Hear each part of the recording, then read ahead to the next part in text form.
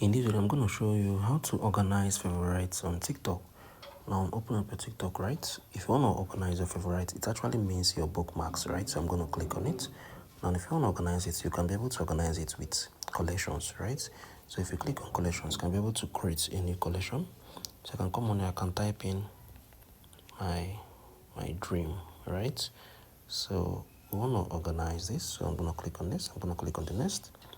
Now you can be able to select videos from your favorites, right? So you can just click on this. I'll click on add video. So this video has been added to my favorites. So this is the first organization, right? I'll click on the second one. I can type in goals, right?